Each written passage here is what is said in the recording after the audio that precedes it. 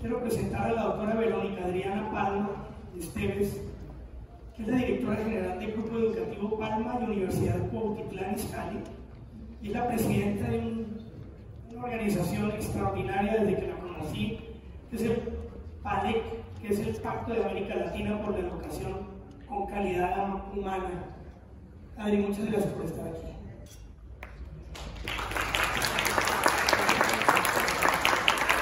Quiero presentar a Ricardo Escobar, mi sensei en los temas de equipos. Desde hace muchos años, y uno de los senseis para Latinoamérica, de mucha gente, en los temas de, sobre todo las certificaciones de team coaching. Ricardo es el Managing Director de SG Talent Consulting. Gracias, Richard, por estar acá.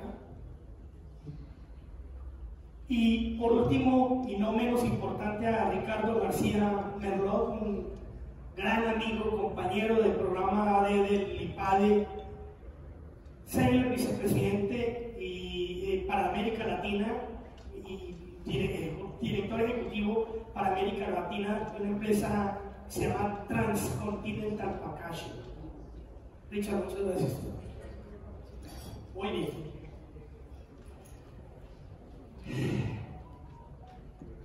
Ustedes, como mucha gente que nos acompaña el día de hoy, somos parte importante de las empresas, de las organizaciones, y sobre todo ustedes están a la vanguardia de la transformación humana y tecnológica que está marcando el derrotero actual, la dirección actual de las empresas. Yo quiero abrir con una pregunta para los tres, y es: ¿cómo están viviendo ustedes en sus organizaciones? ¿Cómo se logra la transformación y la trascendencia? Justamente a través de lo que venimos hablando durante esta mañana, el talento, el liderazgo y los equipos. ¿Cómo se logra, pero en la vida real? Bueno, muy buenos días. Agradezco infinitamente a Juan Carlos Maya y a IMC por esta invitación. La verdad es que para mí siempre es un placer. Y bueno, pues un giro que es un giro muy complejo para esta nueva época. Yo me dedico a la educación. La educación, que siempre he dicho que es un verdadero privilegio dedicarse a la educación. Sin embargo, cada vez es más grande la responsabilidad y el reto. ¿Cómo lo hacemos? ¿Cómo lo hacemos? Y nosotros mismos, que somos quienes generamos a las nuevas generaciones que después se conviertan en la fuerza laboral. Es un proceso muy complejo el que vivimos el día de hoy.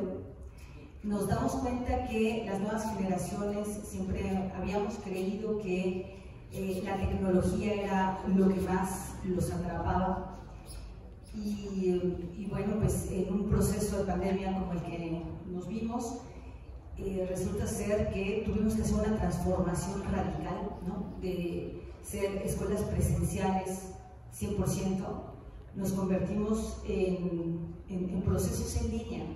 Y esta complicación empezó desde que el momento en que nuestros planes de estudio son presenciales. O sea, es completamente diferente la creación de un plan de estudios en línea que un plan de estudios presencial que se tenga que dar en línea. Entonces, ¿de qué nos damos cuenta en todo este proceso? En que las nuevas generaciones les gusta la tecnología, pero no para aprender. El proceso fue muy difícil, y ellos nos tenían que enseñar más de lo que nosotros les enseñábamos, porque teníamos profesores, docentes con grandes talentos, con toda la experiencia en educación, que no prendían una computadora. Entonces, es muy complejo generar un nuevo talento hacia empresas, instituciones públicas, privadas, en una formación de docentes que vienen de una generación completamente diferente, a retos que ni siquiera imaginábamos. Porque yo creo que nadie, o sea, yo creo que todos nos quedamos cortos en imaginar cuál era verdaderamente el proceso de pandemia que íbamos a vivir, ¿no? Cuando nos dijeron en marzo, no van a ser 15 días, todo el mundo dijo, 15 días confinados, pues claro que no, por supuesto que no. Cuando nos dijeron en mayo, no, va a ser hasta junio, bueno, pues por supuesto que eso iba a ser imposible. Y cuando en junio ya no nos dieron fecha, y cuando esto se convirtió en 2 años, ¿qué es lo que sucede? Procesos de resiliencia que por ahí mencionaba Gustavo, ¿no? Que teníamos que verdaderamente transformar estos procesos, porque además nos encontramos con procesos muy duros, porque lo que más estuvo en tela de juicio fue nuestra vulnerabilidad. Nos creemos en muchas ocasiones un tanto invulnerables. Entonces, alinear talentos, equipos y trascendencia hoy es verdaderamente un tema muy difícil, muy complejo, porque estamos creando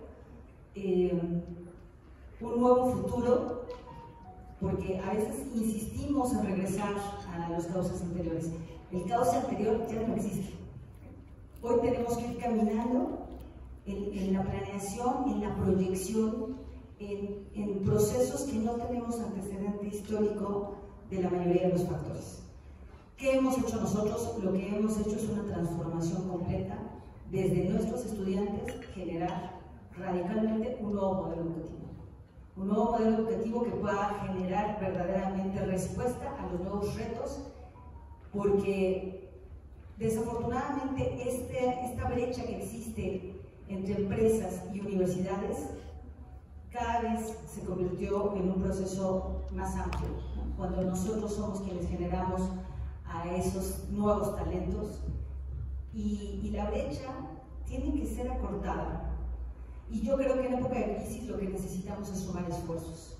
Y yo los invito a los empresarios a que nos unamos, universidades y empresas, porque cuando ustedes reciben a nuestros talentos, resulta ser que saben menos de la mitad de lo que ustedes necesitan que sepan.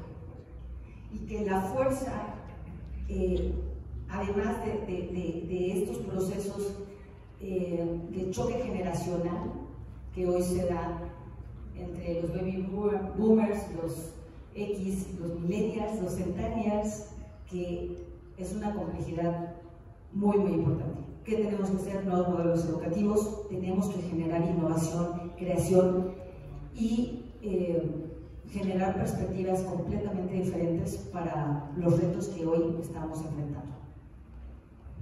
Muchas gracias.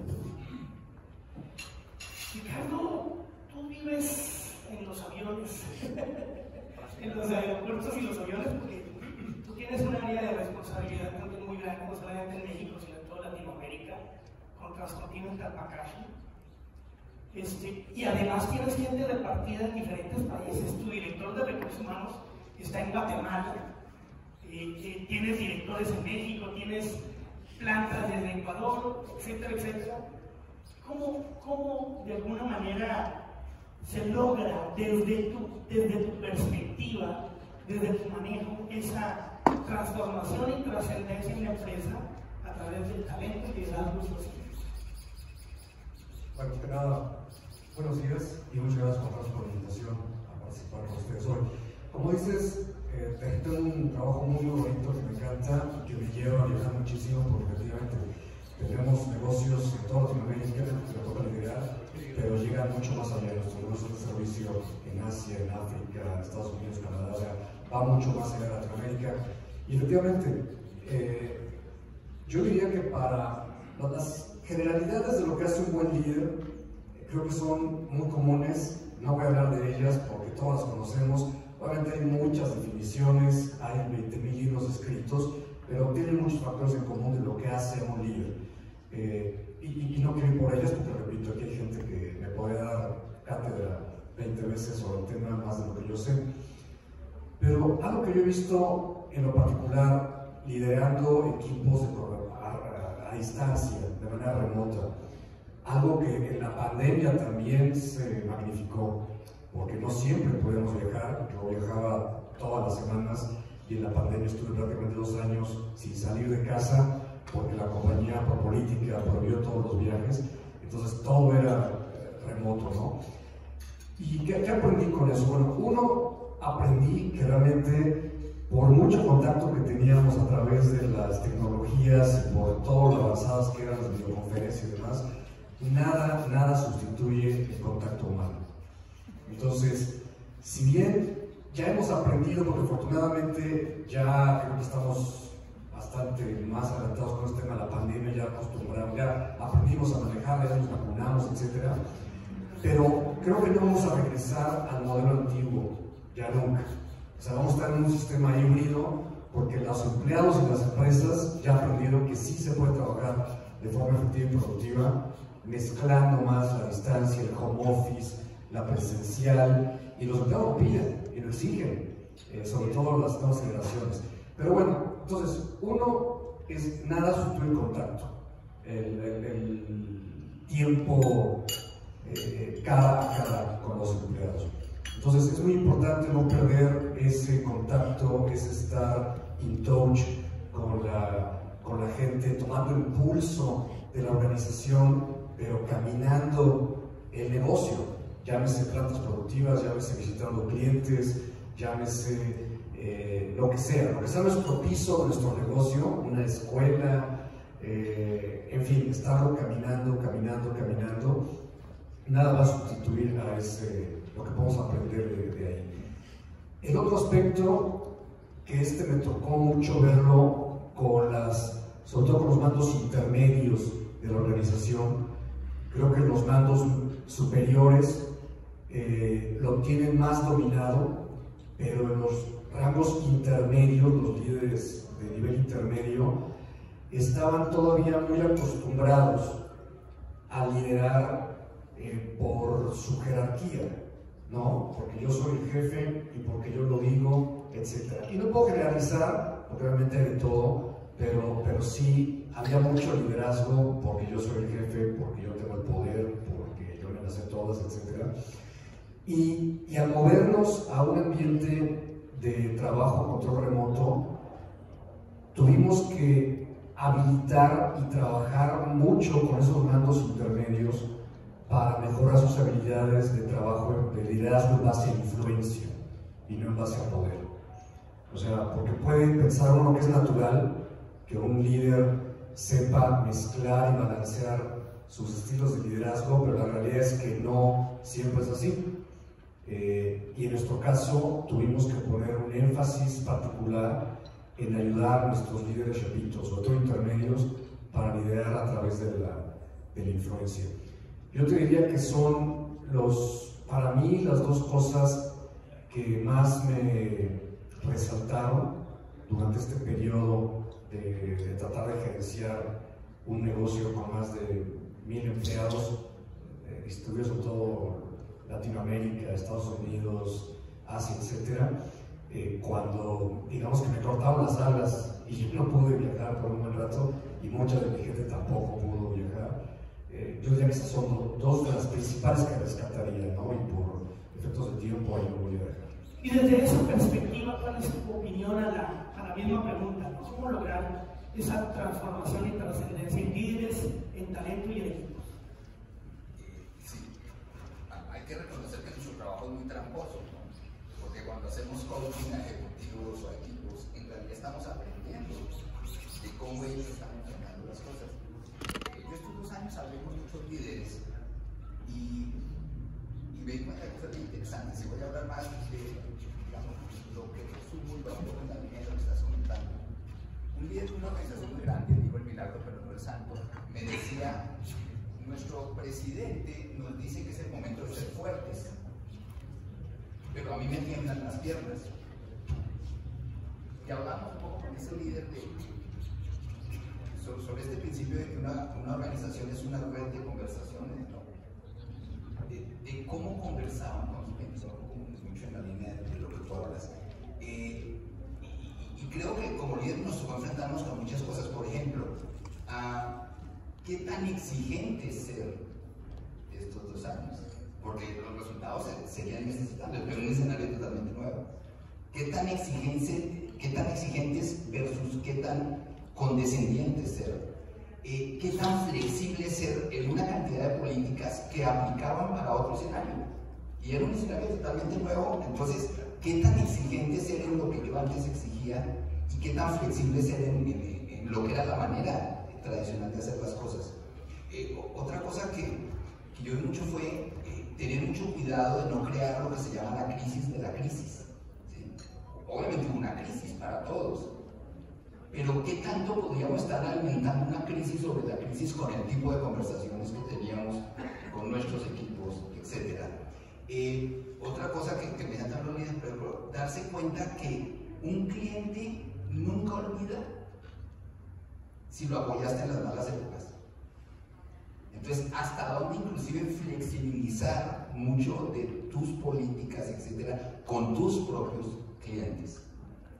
Y en resumen, y me gusta hablar desde las metáforas, creo que era un poco como ser capitanes de un barco en medio de tormenta. Y en el fondo, bueno, pues los timonazos que das, depende del viento, depende de la marea, pero que ni tú ni tu tripulación olvidar para dónde va el barco y para dónde viene el barco. O sea, que la tormenta no te va a olvidar para dónde ir. Y lo último, creo que la congruencia, o sea, como que fueron 2 años en donde era muy difícil, lo voy a decir así, ser el líder perfecto, entre tanta incertidumbre. Pero es que nuestros equipos no nos pedían perfección, nos pedían congruencia, ¿sí? Y creo que fue más por ahí, ¿no? Y bueno, y ahorita, pues es otro escenario también totalmente nuevo, que es el escenario después de la tormenta, que nunca es el escenario de antes de la tormenta, ¿no? Pero cuando hay otro tipo de retos también, ¿no? Cuando sale uno del barco y ve el sol. Muy bien, muchas gracias, Richard. Esta pregunta sí es específica para Ricardo García. Y lo encadeno con lo que termina, con la frase que termina Ricardo Escobar, porque creemos que estamos en la recta final de la pandemia.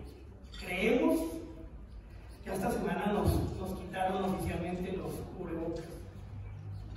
Entonces, creemos que estamos en la recta final de la pandemia.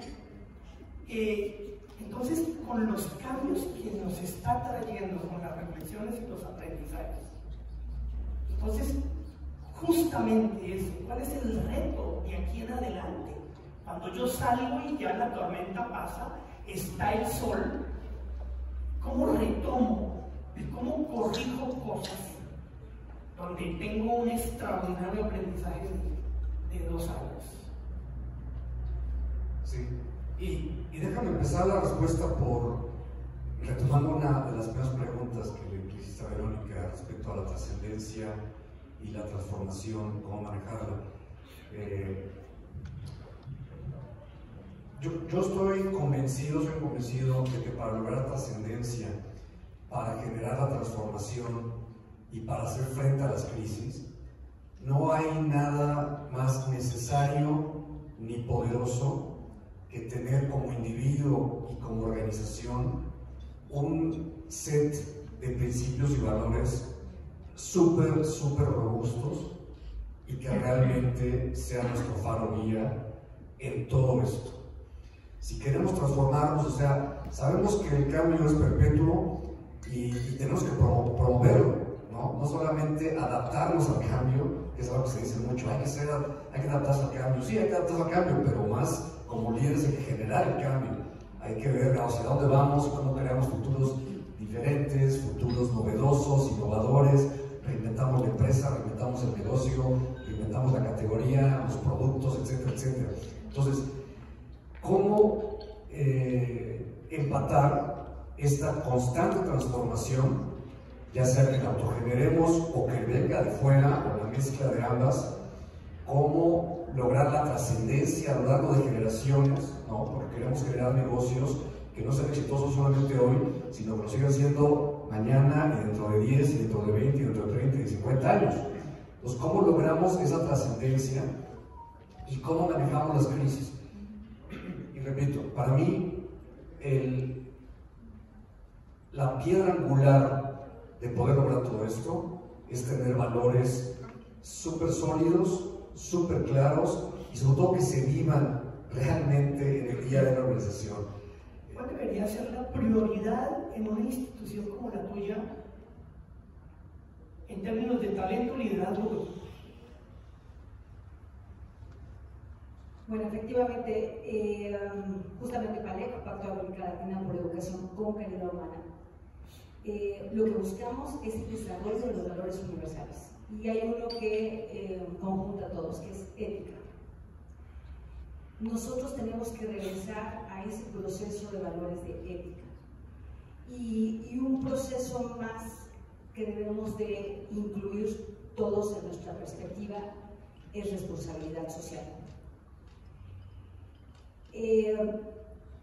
Grandes estudios que ha hecho a lo largo de estos últimos 10 años en PALEC con respecto al proceso que los alumnos, pero no solamente los alumnos, las comunidades universitarias tienen al practicar responsabilidad social, genera entonces una conciencia completamente diferente. Y en este punto en donde los convergemos, es mucho más fácil que nuestros talentos puedan ser desarrollados cuando tienen un fin mayor, un fin de propósito de vida. No solamente un propósito económico, llegar a las metas, no, tiene que ser propósito de vida. Porque todos nosotros debemos de tener un propósito específico para cumplir a lo que venimos. Y podrá sonar romántico, pero es así. Porque si nosotros nos guiamos solamente por cuestiones únicamente económicas, hoy no lo vamos a lograr. Y no lo vamos a lograr porque las nuevas generaciones buscan ese propósito de vida.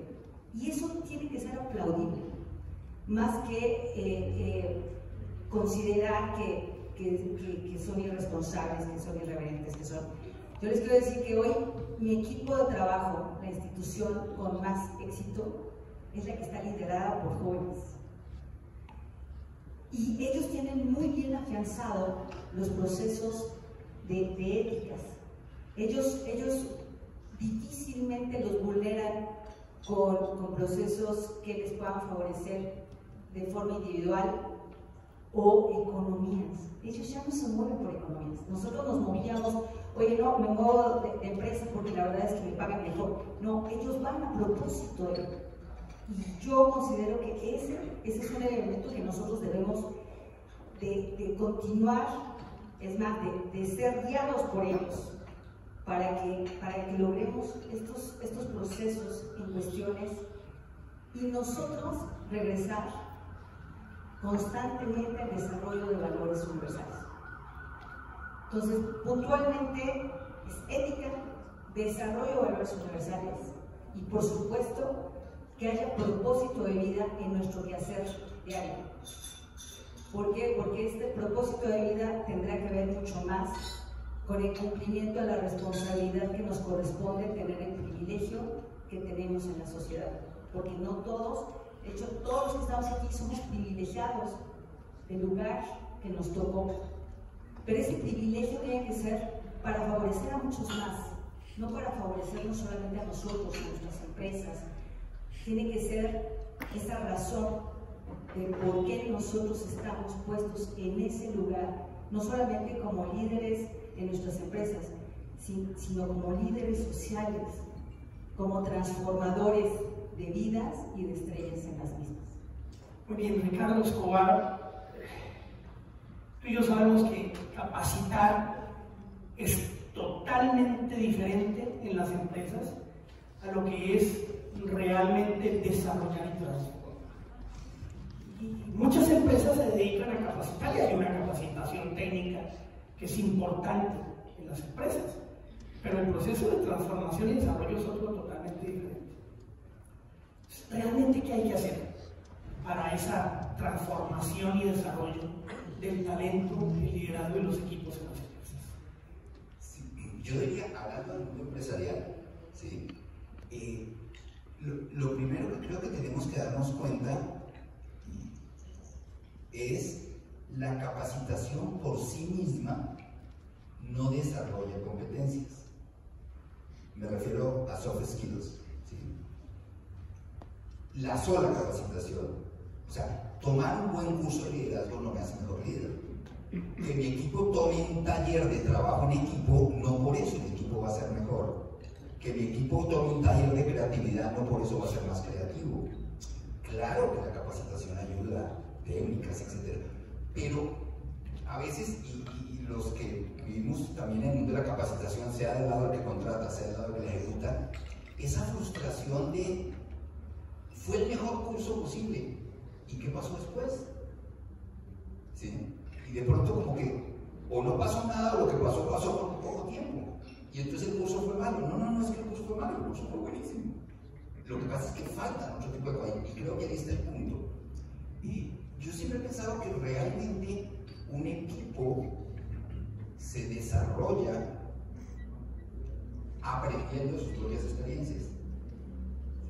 Entonces, si esa capacitación no la complementamos con un proceso en donde el mismo equipo, y esto tiene mucho que ver también con el estilo de liderazgo del equipo, o del líder del equipo, etc., si no hay como una apertura a aprender de las propias experiencias y a ir corrigiendo y mejorando, ¿sí? Ahí ya no estamos hablando de ir a tomar un curso y que venga un experto y que nos diga cómo debería ser ese equipo, cómo debería ser ese líder, sino qué es lo que realmente sí nos funciona, qué es lo que realmente tenemos que corregir, qué es lo que realmente tenemos que mejorar nosotros como equipo específico en nuestro contexto específico. Y creo que ahí es donde viene el gran complemento que a veces está faltando, ¿sí? Y de ahí viene esa frustración de invertimos en capacitación, en esto, en aquello, y a la larga no pasó mucho. Creo que va un poco por ahí, habría que reflexionar en ese sentido. Y para cerrar el punto, el líder, y lo asocio con la pregunta anterior también de que aprendimos de todos estos 2 años, creo que algo que los líderes, y si no lo aprendimos hay que aprenderlo, y las organizaciones como tal, que es la humildad en el buen sentido de la palabra. Humildad bien entendida, humildad como apertura a darme cuenta que tengo mucho que aprender, ¿sí? Y a estar abierto a aprender, corregir, mejorar, etc., ¿no? Una humildad en el buen sentido. Entonces, también, pues si esto no se da, como que difícil, o sea, difícil aprender cuando creo que no tengo nada que aprender. Creo que va un poco por ahí, ¿no? Tú tienes una extraordinaria frase que yo creo que hace muchos años te he robado y siempre la digo, ¿no? Si quieres que tu equipo trabaje en equipo, no los capacites en trabajo en equipo. Trabaja en equipo con ellos. Y hay una distancia, hay un abismo entre capacitarlos para que sea un buen equipo de trabajo y otra es trabajemos, porque es donde vivimos las experiencias, es donde sabemos de qué pie cojeamos. Creo que ahí es donde está justamente ese detalle. Adriana, la tecnología y bueno, las instituciones universitarias están a la vanguardia de la tecnología, son un laboratorio de tecnología. Las tecnologías están corriendo vertiginosamente más rápido que la humanización en las empresas. ¿Qué papel está jugando la transformación tecnológica en los equipos de trabajo de las empresas? Determinante. Este proceso de pandemia nos aceleró procesos tecnológicos que simplemente teníamos plataformas, teníamos algunos medios de comunicación, ¿no? Pero pocos los utilizábamos en realidad para hacer procesos de trabajo. Así es que hoy tenemos que tenemos que profesionalizar las áreas. Si ustedes se dan cuenta, todo es programación. Piensen en algo y todo es programación, todo es sistematización. Y si no vamos a esos procesos en las empresas, cualquiera que sea el giro, difícilmente vamos a poder dar avance hacia los retos que se nos presentan. Tenemos que ser innovadores, tenemos que ser atrevidos, porque en ese punto algún día uno de mis alumnos me dijo, pues es que ustedes creen, o sea, ustedes, como dice Juan Carlos, los viejitos, o sea, él, entonces dice, ustedes creen que ya no hay nada que inventar y no se dan cuenta de todo lo que hemos inventado nosotros, las nuevas generaciones, o la necesidad que hemos creado nosotros, las nuevas generaciones. Entonces, un día estando en el banco, traía este pensamiento, y un día estando en el banco, dije, es que todo es programación. O sea, a ver su huella digital, entonces tecleo, a ver, abra su aplicación en el teléfono, solamente en 3 minutos que estamos en el banco. Pero si piensa en todo ese proceso de transformación, es evidente que tenemos que hacer procesos mucho más eficientes, porque además hoy los procesos son a nivel global. Hoy no estoy compitiendo, antes competíamos con, hablando otra vez de educación, competíamos con el que estaba a mi lado o con el que estaba en la escuela, inclusive había los equipos o los concursos regionales y no más. Hoy no. Hoy tenemos que ser mucho más eficientes. Así nos lo está dictando la necesidad. Tenemos que ser mucho más eficientes. Tenemos que profesionalizar las áreas para poder avanzar determinantemente y aprender a convivir de una forma casi genuina, como lo hacen las nuevas generaciones. Así es que sí, determinantemente tenemos que hacerlo. Muchas gracias.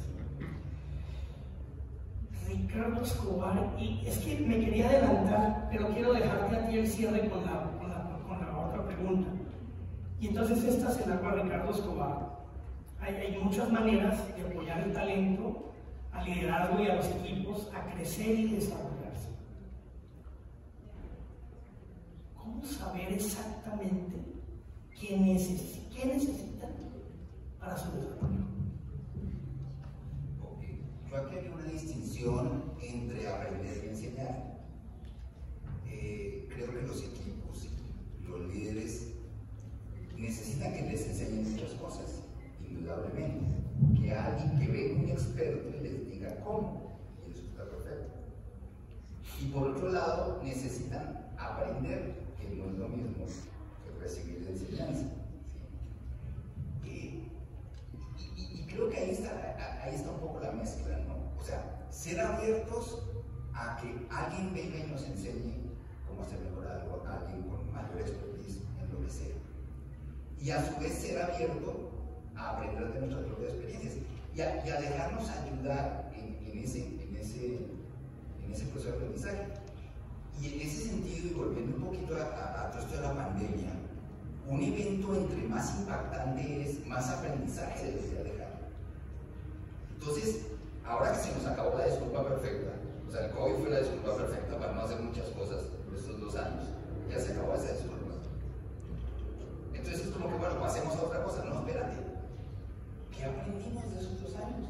¿Qué aprendimos como equipos, como líderes, como organizaciones, como seres humanos? ¿Qué aprendí yo cuando tuve que estar 24 horas al día volviendo a convivir con mi esposa, mis hijas y mi perrito, cuando antes solo los veía? O sea, ¿qué nos dejaron esos 2 años? Y en términos de aprendizaje aplicado a mejorar en lo que hay que mejorar. Entonces, creo que es una buena combinación entre abiertos a que nos enseñen, pero a su vez abiertos a aprender de nosotros mismos, de nuestras propias experiencias, de nuestros propios retos, de nuestros propios errores. Y bueno, la última pregunta ya para cerrar, Ricardo García, es que hemos hablado aquí, seguimos hablando y llevamos años hablando de la multigeneracionalidad. Se han marcado grandes diferencias entre las generaciones de millennials, de centennials. Hoy ya hay grandes diferencias entre los millennials y los centennials, ¿no? Y por supuesto los X y los baby boomers, yo digo nosotros los viejitos, ¿no? ¿Qué desafíos representan las nuevas generaciones para ser lideradas? Otra vez, donde sí vemos las características de cada uno, pero la mayoría es totalmente diferente.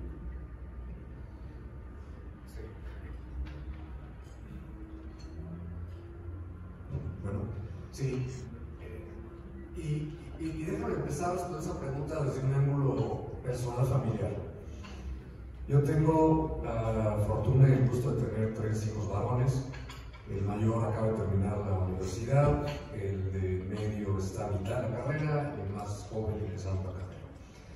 Mi hijo, el mayor, empezó estudiando, se inscribió en la universidad estudiando finanzas, se cambió a animación digital, terminó graduado en marketing, se graduó, su graduación fue hace 4 meses, y la semana pasada me dijo que quería estudiar psicología porque ya encontró que es lo que quiere hacer, psicología clínica. Mi hijo, el de medio, empezó estudiando ingeniería forestal, de todas las carreras que se pueden imaginar. De ahí se cambió a estudiar nanotecnología, tampoco le gustó y se cambió a estudiar animación digital. Y está feliz. Sí, es que no acaba otra. No, mi abuelo fue que se dio vuelta temprana en la carrera, entonces no les costó tanto trabajo ni a mí tanto dinero en los cambios, ¿no? Pero lo que quiero decir con esto es, bueno, que está empezando, dice que va a estudiar inteligencia de negocios, hasta ahorita no ha cambiado de opinión, vamos a ver si sí. ¿Por qué pongo esto en la mesa? ¿Por qué lo traigo a colación? Porque yo creo que uno de los desafíos es que estas generaciones tienen, y yo creo que esto ha sido histórico, ¿no? Digo, ¿cuántas generaciones ha vivido la humanidad? O sea, hemos vivido miles de años de civilización que ya está escrita. ¿Cuántas generaciones no han pasado? ¿Y cuántas generaciones no han hablado de que la generación anterior o que la nueva ya no es tan trabajadora, ya no está disciplinada? Pues esto seguramente lo han venido repitiendo desde los sumerios y los egipcios y los romanos. No, o sea, que nosotros generación decimos, no, es que en mis tiempos era mejor y estos jóvenes, pues eso lo venimos repitiendo por miles de años. Pero en la encrucijada que estamos ahorita con nuestra realidad actual, yo diría, uno, tienen muchísimas más oportunidades y opciones que las que teníamos nosotros. Por eso empecé con el tema de carreras. O sea, hoy los chicos, ¿qué portafolio de opciones de carrera tienen para elegir? O sea, antes eras cura, o eras abogado, o eras militar, o eras médico, para de contar, ¿no? Ingeniero. Y hoy son nanotecnología, ingeniero forestal, animación digital, vamos a. Entonces, yo creo que eso, por un lado, a ellos les causa también un cierto nivel de estrés. El tener tantas opciones y decidirse por una, al decidirse por una, significa que están renunciando a 200 más. Y eso cuesta muchísimo trabajo, ¿no? Es como cuando uno se casa. O sea, estás casado con una que dice que renuncias a todo lo demás. Entonces, es estresante y cuesta trabajo tomar la decisión.